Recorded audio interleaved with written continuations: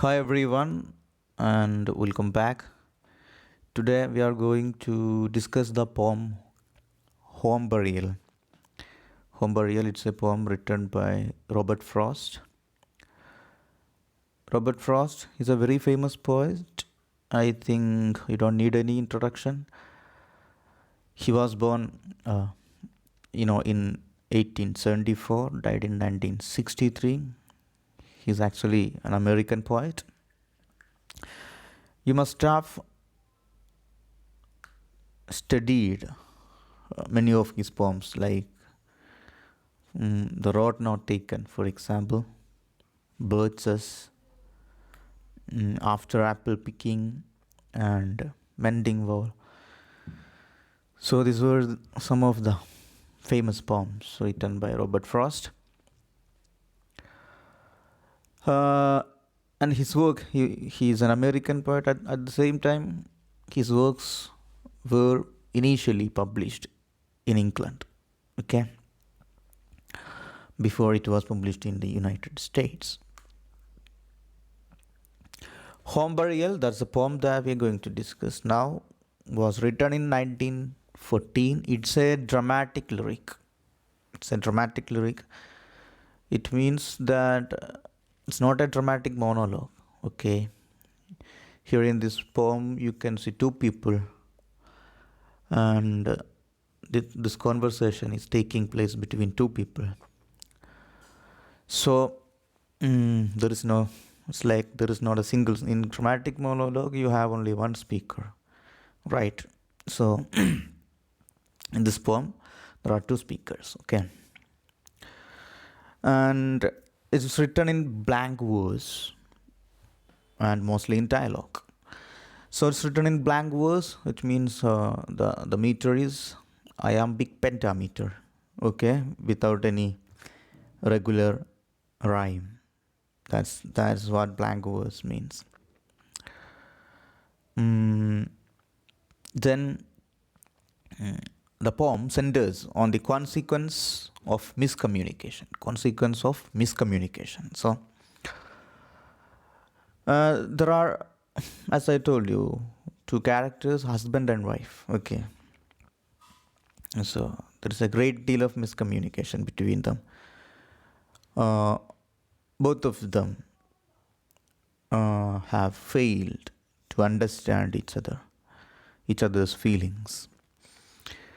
Here, the husband and wife, they have lost a child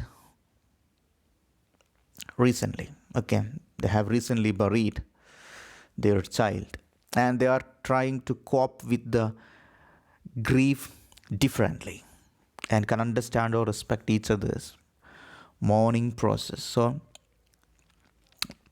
they have lost a child. It was born dead. It was a stillborn baby. And so both of them are expressing their grief, but in different ways. The thing is that both of them cannot understand or respect each other's this grieving process or this mourning process. Okay. Anyway, by the end of the poem, by the poem's conclusion, we understand that the title has got double meaning, right? It's home burial. It's not just not only referring to the grave of the couple's dead son, but also likely death of their love and their marriage. Okay, anyway, we'll find out. Okay, by the end of the poem. Okay, let's move on to the poem. He saw her from the bottom of the stairs before she saw him. She was starting down, looking back over her shoulder at some fear. She took a doubtful step and then undid it to raise herself and look again. He spoke, advancing toward her. What is it you see from up there always? For I want to know. She turned and sank upon her skirts at that, and her face changed from terrified to dull. He said to gain time, What is it you see? Mounting until she covered under him. I'll find out now, you must tell me, dear. So, yes, between husband and wife. And he saw her from the bottom of stairs before she saw him. So, she's the wife. She is coming down the stairs. And at the same time, she was looking back over her shoulders at some fear. She's looking back over her shoulders. So she's looking at something while she is coming down the stairs, and she took a doubtful step and then undid it to raise herself and look again. So she had looked once, but again, uh, you know, she took a doubtful step and undid it, and she had looked twice actually, and he spoke advancing towards her. Then the husband comes and husband's asking, what is it you see from up there always? What are you looking always at? What are you looking at always? He wants to know that. Okay, I want to know that. And she turned and sank upon her skirt at that, and her face changed from terrified to dull. Okay, so maybe she didn't like this question. Okay, she sat there. Okay, she sat upon her skirt. Anyway, she was sitting there. She sat there on the stair, and she became very, very much upset because of this question. What is it you see from up there always? So maybe her husband has failed to understand exactly what she's looking at. Okay, probably he has seen this thing several times, but still he doesn't know what it is. So from the beginning itself, we can understand that this failure of communication there. Okay, and he asked, what is it you see? What is it you see? Then mounting, then he is climbing actually the stairs. Okay, maybe he wants to see this thing for himself. Okay, what she is looking at. And he's asking this question, what is it you see? And he's mounting until she covered under him. And maybe he's trying to, gain this authority. Okay, in the beginning of the poem, he was downstairs, the husband, and the wife was upstairs. So now he is climbing, and now she is under him. Okay, and she covered under him. And I will find out now. You must tell me, dear. So he is going to find it out, what she is looking at. Okay.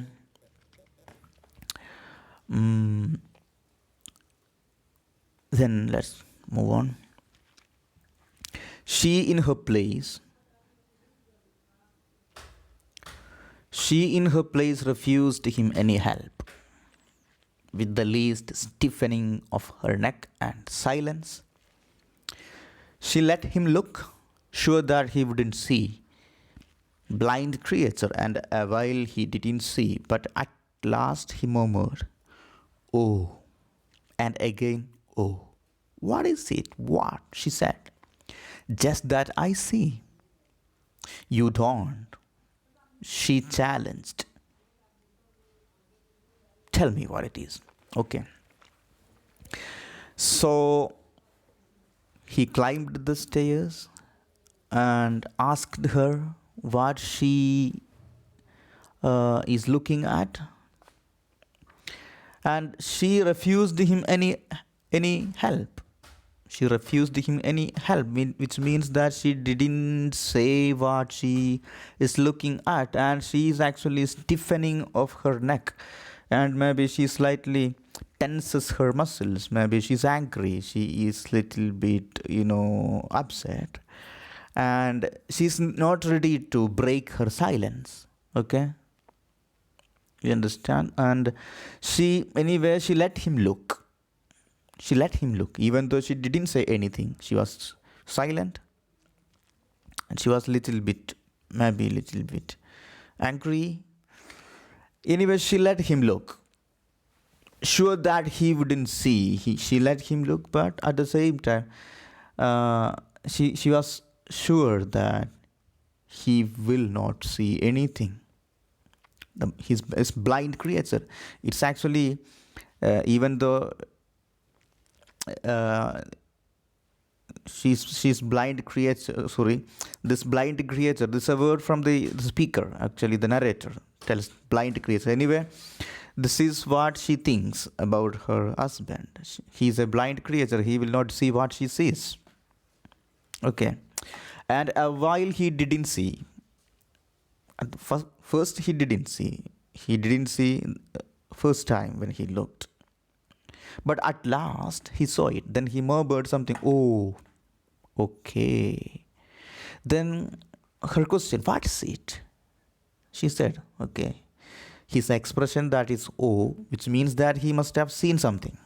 So that's the expression. Maybe it's something silly for him. Okay, so the expression oh actually indicates what makes her distraught seems so silly for him.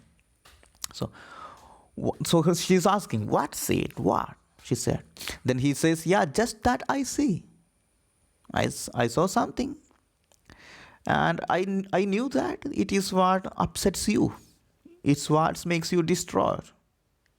Okay. So then she says, you don't. She challenges him. Maybe you are not able to see what I'm always seeing. What I always see. You cannot see. You cannot look from my perspective. That's what she means. Okay, you don't, she challenges. Then he is asking, then tell me what it is. Okay, you say, I cannot see what you see. Then you tell me, please, what you always see. Right. The wonder is, I didn't see at once. I never noticed it from here before. I must be wanted to eat. That's the reason. The little graveyard where my people are, so small, the window frames the whole of it. Not so much larger than a bedroom, is it? There are 3 stones of slate and 1 of marble, broad-shouldered little slabs there in the sunlight. On the side hill, we haven't to mind those. But I understand it's not the stones but the child's mound. Okay. So the wonder is I didn't see at once. Okay, so the problem for her is that he was unable to see it at once, immediately when he looked at it. That's why she said, you cannot see what I see always. So he says that the wonder is that I didn't notice it at once. He says that he usually doesn't see it. And maybe that's the reason he didn't notice it immediately after he looked at it. So he's telling the reason why he is unable to see it at once. He says, I must be wanted to eat. That's the reason. He says that he must be wanted means here he must be accustomed or he must be used to eat. He sees the thing every day. So this is not something special for him. Okay, he's accustomed to it. The little graveyard where my people are. So she is looking at the graveyard. He was of course sure about it. So this graveyard is not something special for him. So he sees the thing every day. Okay. This is the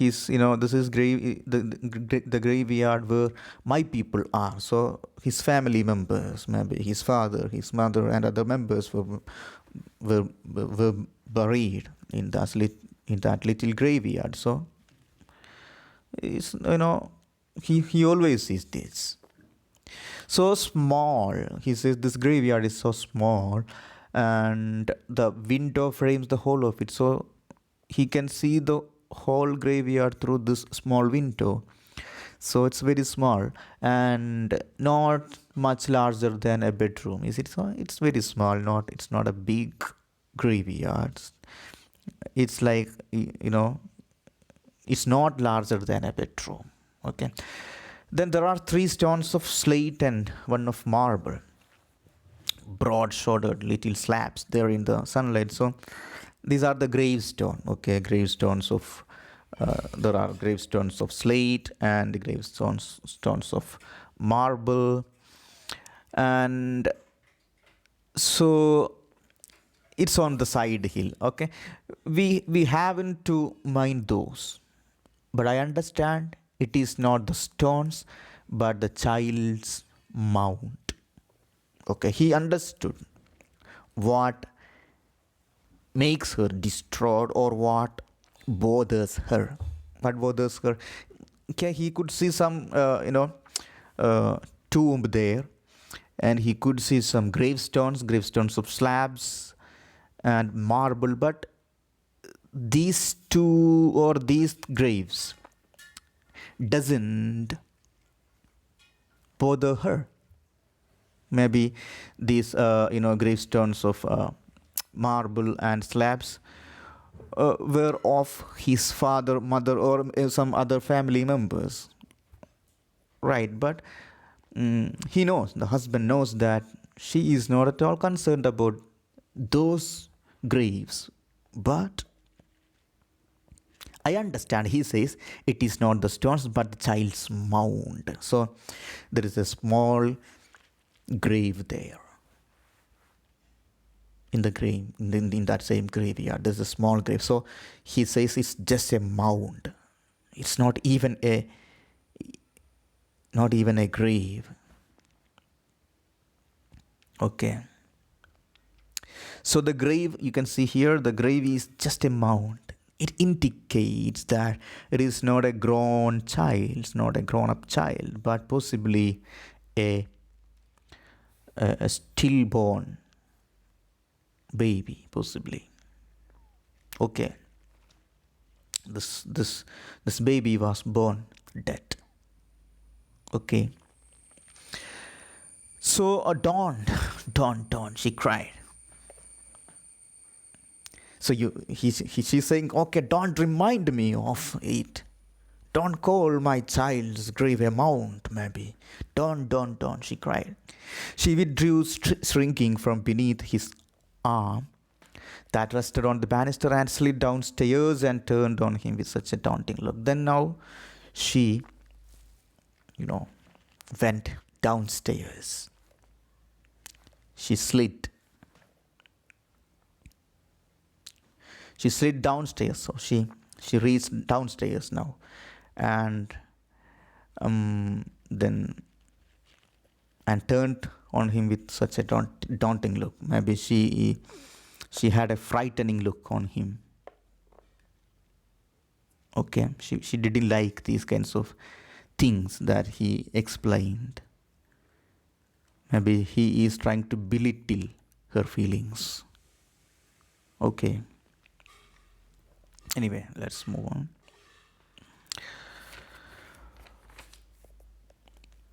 He said twice, over before he knew himself, "Can't a man speak of his own child he is lost? Not you. Oh, where is my hat? Oh, I don't need it. I must get out of here. I must get air. I don't know rightly whether any man can." Okay. So he said twice, over before he knew himself. He said this. Maybe, it came out of his mouth unconsciously, maybe. So he said it twice. Before he knew himself means that he didn't know that he said this thing. So it came out kind of unconsciously. So what he said? Can't a man speak of his own child he has lost? Oh, so actually, uh, his wife has lost the child, and she's so sad about it. She's so distraught. She's grieving about it. Okay, so the child belongs to him also. That's what he says. He believes that he has all the right to speak about his dead child because the child belongs to him too. Okay. Can a man speak of his own child? Okay. He has lost. Then she says, not you. Not you. Then she is looking for her hat and she's trying to get out of this house. Oh, I don't need this hat. I must get out of here. She thinks that she has to get out of this house immediately.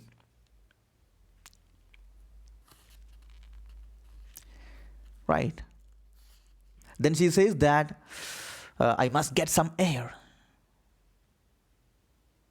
She doesn't want to stay there anymore. I don't know rightly whether any man can. So she's kind of generalizing this. She thinks that no man can, understand actually the emotion felt by a woman when she loses a child. Okay. So his question was, can't a man speak of his own child? He's lost. He has lost. But she says, no, you don't speak. You don't have any right. Then she says, not any man, not only he. Okay. So while she thinks that the loss for the woman is much greater than the loss for the man. That's what she thinks. Then she somehow wants to get out of the house and she feels like being trapped in it. Then he's calling her name, Amy. Amy, don't go to someone else this time. Listen to me. I won't come down the stairs. He doesn't want to come down the stairs and stop her, but instead he wants her to stay there. He doesn't want to force her, maybe physically. Right. But don't go someone else this time. So he's pleading with her to stop. So, but anyway, she is heading towards the door. He sat and fixed his chin between his fist. Okay, he was sitting there, fixing his chin between his fist. Then he's saying, oh, there is something I should like to ask you, dear. You don't know how to ask it. Then she is again like, she's not ready to listen to him also. Like he was not ready to listen to her. Both of them have this kind of ego problem, maybe. He's saying that I want to ask you something, dear, before you go. But she says, no, you don't know even how to ask it. Then how can I listen to you? Then his reply is, help me then. Then you tell me how to speak. You tell me. Okay, at the same time, her fingers moved the latch for all reply. So while she is trying to giving him this reply, she was also trying to open the door, right? Her fingers moved the latch, the key. Sorry, the lock. Okay.